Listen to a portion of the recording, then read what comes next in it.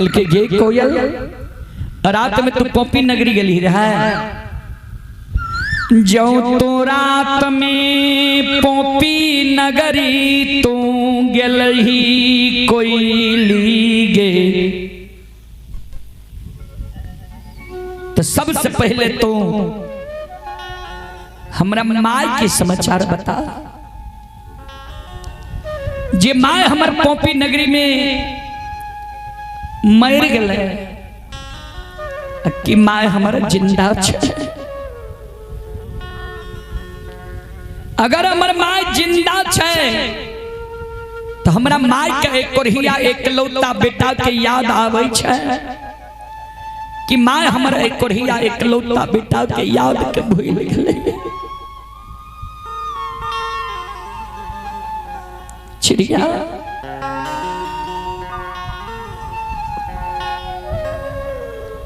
सबके याद के दली में हमारा आबई छौ कोयल। सबके याद हमारा एक दिली जंगल में आ रही है। सब सागा संबंधी ही प्रेमी दोस्त मही यार कौर कुटुंब के सबके बिना हमारा धीरज बांधल जाइए। लेकिन वो जननी माय के जे याद आवे छो हे कोयल हे सतभरती से कोयली है गई माइयो के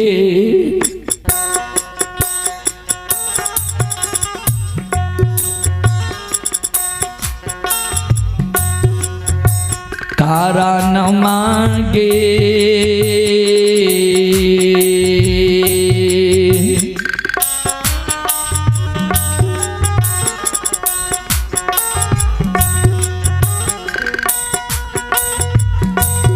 हे गई छन छन उड़ै छौगे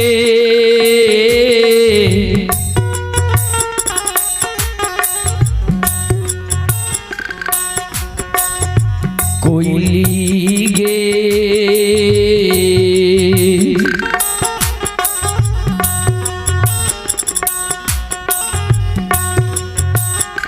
के दली में हामा रोगे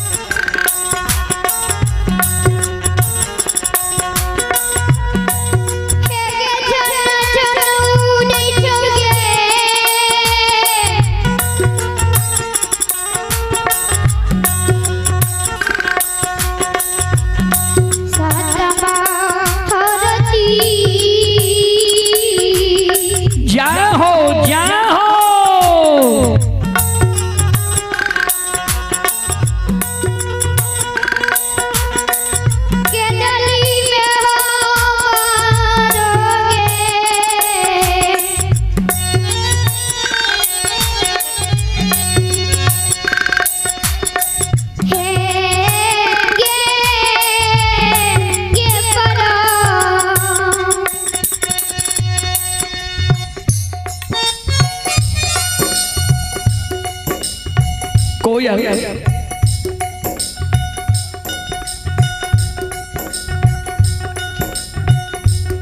सबके याद हमरा आबै छ।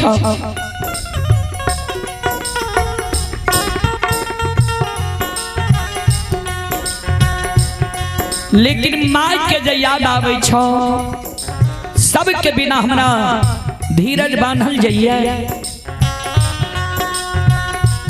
माय के कारण छन छन हमर प्राण हो रही है।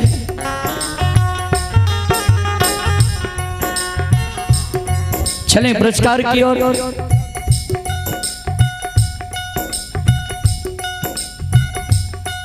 आप ही हीरा कुमार घोघरपट्टी के निवासी हैं। श्रद्धालु की ओर से श्रद्धा के साथ बड़ी उदार दिल से शानदार 51 रुपए की पुरस्कार ऑनलाइन फोन पे के द्वारा आए। श्रद्धालु को बहुत बहुत धन्यवाद, लाख लाख शुक्रिया, बहुत बहुत साधुवाद।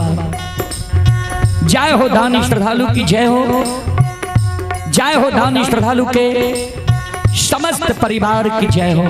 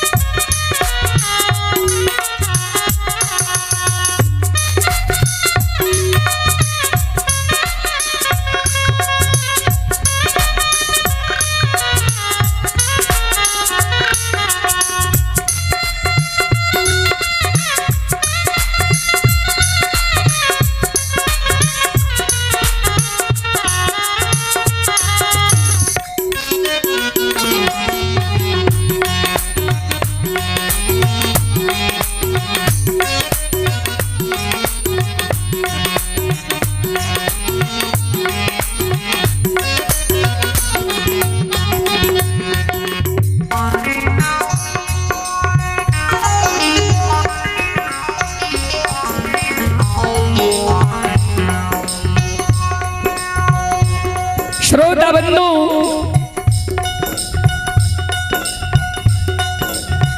गुरु बाबा के शब्द सुन के कोयल चिड़िया गुरु बाबा के बाया पहुंचा पर बैठ जाए छे।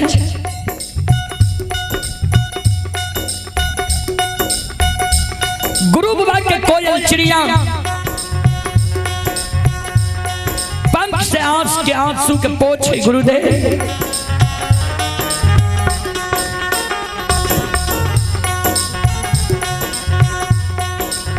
नहीं मरल ये यहाँ के माँ, नहीं पर घर शादी के लगे यहाँ के धर्म पत्नी, नहीं टूटल ये धर्म के गहवर, नहीं सुखल ये अशोक वृक्ष।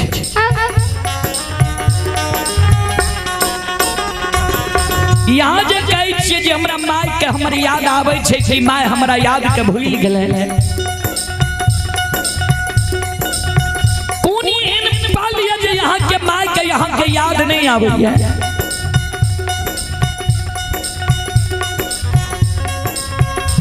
जय दिन यहाँ के दली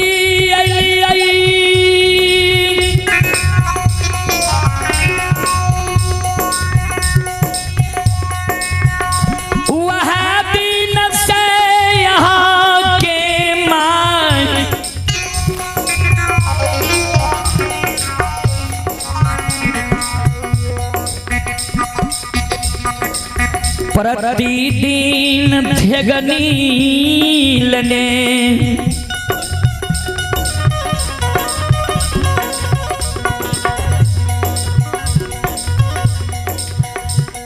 द्वार पर आवैया, द्वार पर थेगनी के रात के यहाँ के माय पूरब मुलुर मुलुर भर दिन के बाट ही आवत रहे। भर दिन के यहाँ के माय कानत रही है, कान कहन के धर्मराज बाबा के एक गो शब्द कहे ये ठाकुर जी।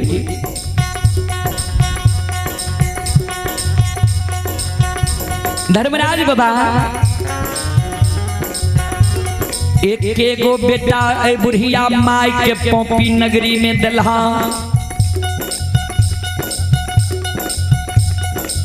बेटा के धर्म के भक्त फजियार बना लेला। बेटा के हम बच्चा से पालन पोषण क्या के जवान के लिए शादी विवाह दुरागमन करा दिलिए। जना सुगा सिमर के सेव के रहे छे वो समान हम बेटा के सेव कर शादी विवाह दुरागमन हम बेटा के करा दिलिए। हमर जे अवस्था गिर गले, हमर जे नैन के जोइत मलिन भाग गले, श्रवण कान नहीं सुने लागले, पैरू के थोर भाग गलिए। हमरा बाबू के 12 वर्ष के लिए केदली जंगल लागला।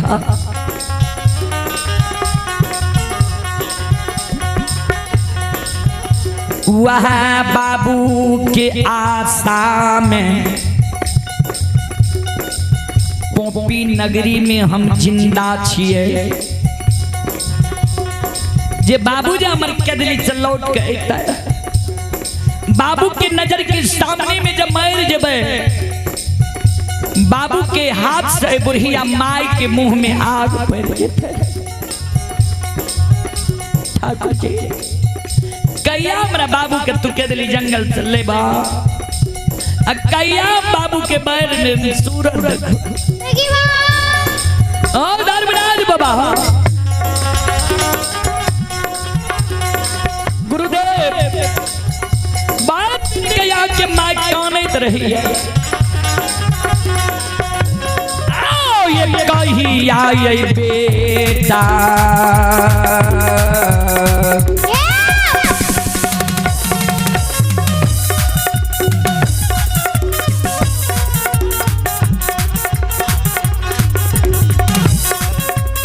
लीलाधारी हो कहिया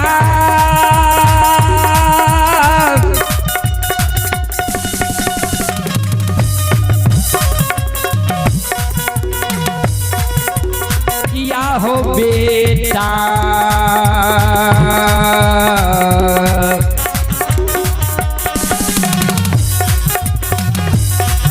आहो ऐतई हो धर्मराज बाबा।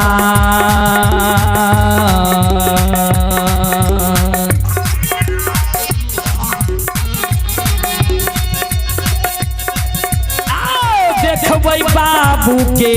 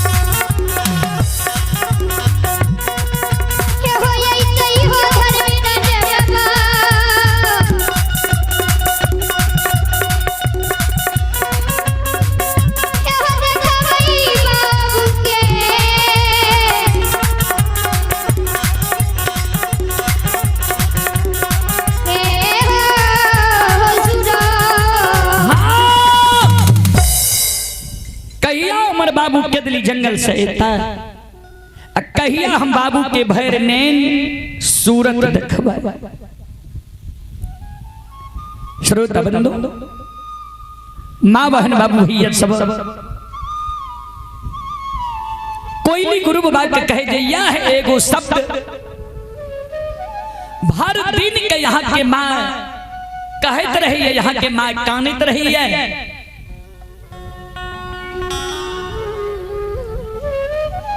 माय नहीं मरलिए, नहीं पत्नी पर घर शादी के लकिए, और नहीं धर्म के गहवर टूटलिए, नहीं अशोक वृक्ष सूखलिए। चले पुरस्कार की ओर। आप हैं ललन यादव, घोघन पट्टी के निवासी हैं। 51 रुपए की पुरस्कार आए हैं। अनिल यादव घोघनपट्टी के निवासी हैं। अनिल यादव की ओर से 101 रुपए की पुरस्कार आए हैं। श्रद्धालु को बहुत बहुत धन्यवाद, लाख लाख शुक्रिया, बहुत बहुत साधुवाद। भगवान श्रद्धालु के मनोकामना को पूर्ण करे। माँ सरस्वती परिवार में बाल बच्चे को सद्बुद्धि सद्ज्ञान दे। बाबा भोले भंडारी भंडार को भरे रखे। जय हो दानी श्रद्धालु की जय हो, जय हो दानी श्रद्धालु के समस्त परिवार की जय हो। अइला से बकिया बाबा तोहरे दोरिया हो बाबा हो।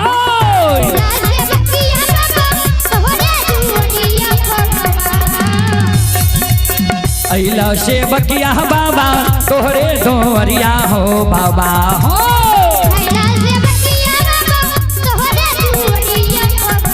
बाबा हो सेवक के मन के मनोरथ पूरी हो बाबा।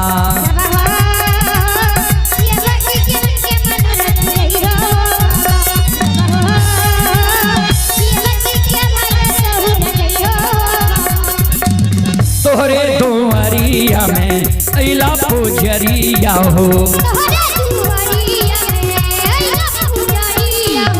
एक बेरा फेरी दी हो सेवक पर नाजरिया हो।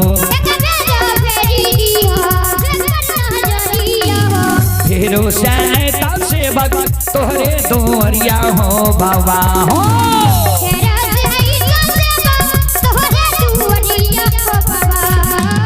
फेरो सैता सेवक तोहरे दोरिया हो बाबा हो।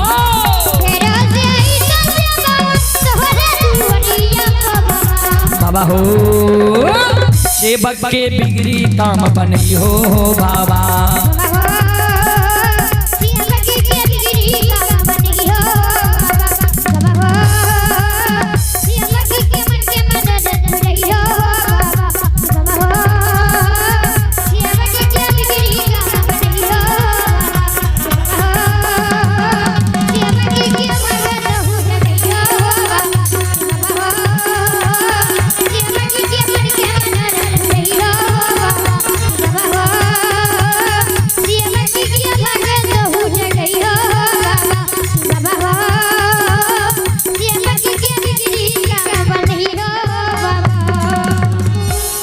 श्रोता भगवान आनया